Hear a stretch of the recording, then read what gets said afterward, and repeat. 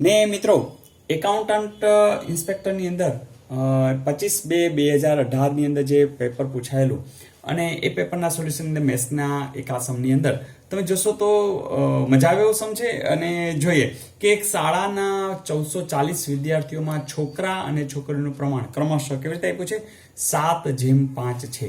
ઓછામાં ઓછી કેટલી નવી છોકરીઓ જોડાય તો છોકરા છોકરીઓનું પ્રમાણ 7:6 થાય.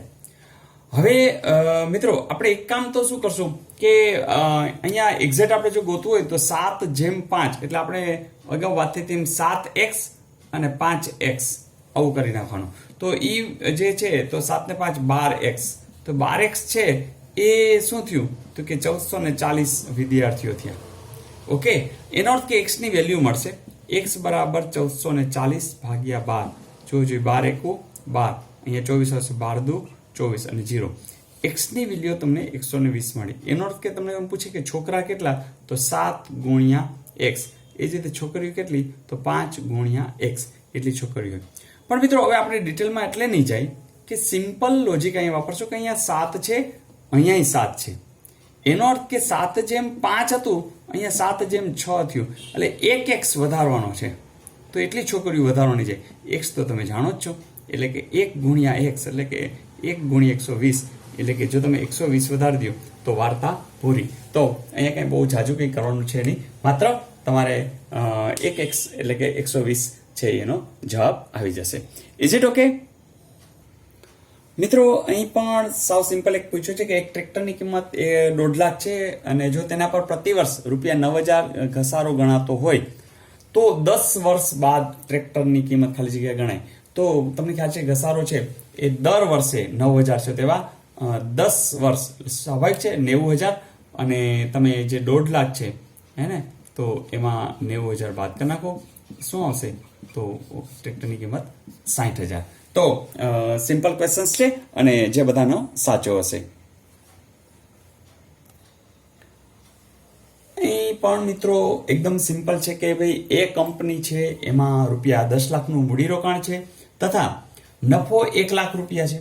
બી કંપની છે ₹6 લાખનું રોકાણ છે અને નફો 80,000 છે તથા સી કંપની છે 5 લાખનું રોકાણ છે અને નફો 90,000 રૂપિયા હોય તો વળતરની દ્રષ્ટિએ કઈ કંપની વધુ યોગ્ય?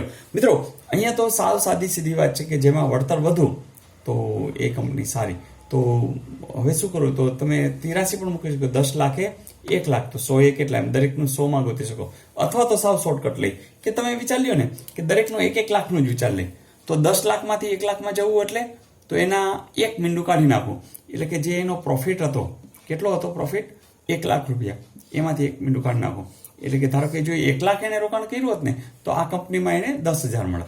ચાલો એવું બીનું વિચારીએ કે 6 લાખ છે, એનું કે તમે 6 વડે ભાગી નાખો. જો 80,000 હોય એને તમે 6 વડે ભાગી નાખો તો શું થાય 6 એકુ 6, 6 તેરી 18, બરાબર. તો ફરીથી 20, 6 તેરી 18, બરાબર, ફરીથી 20, બરાબર. તો 6 તેરી 18, ફરીથી 20, તો વાત એ છે 13,333. એટલે આ એ કંપની, આ બી કંપની. અને હવે આવી સી કંપની, તો સી કંપનીમાં 5 લાખનું રોકાણ છે તો 90,000 ભાગ્યા 5, તો સીધું તમે કહેશો 5 એકુ 5, 40, 8 50 40 અને મીંડા. તો જુઓ તમને આ સી કંપની આમાં 1 લાખના રોકાણે 10,000નું વળતર, 1 લાખના રોકાણે 13,333નું રોકાણ, 1 લાખના રોકાણે 18,000નું. તમે તરત જ કહેશો કે સર આ છે જે સી કંપની છે એ વધુ યોગ્ય છે. તો મિત્રો આવું સિમ્પલ હોય છે અને જે 25મી ફેબ્રુઆરીની પરીક્ષામાં હતું અને મેં તમને અગાઉ વાત કરી કે કોઈ પણ પરીક્ષામાં હોય આપણું ધ્યાન નવા સમ શું છે, એમાં નવી વાત શું છે અને એ કેટલી સ્પીડથી ગણી શકીએ છીએ એ જ આપણે જોતા રહેશું. તો મિત્રો ફરીથી મળીશું વધુ એક બ્રેક સાથે, પણ વધુ તૈયારી તમારી સતત જાળવી રાખજો. Wish you all the best અને હા, કોમેન્ટ્સ જરૂરથી લખતા રહેજો. આવજો.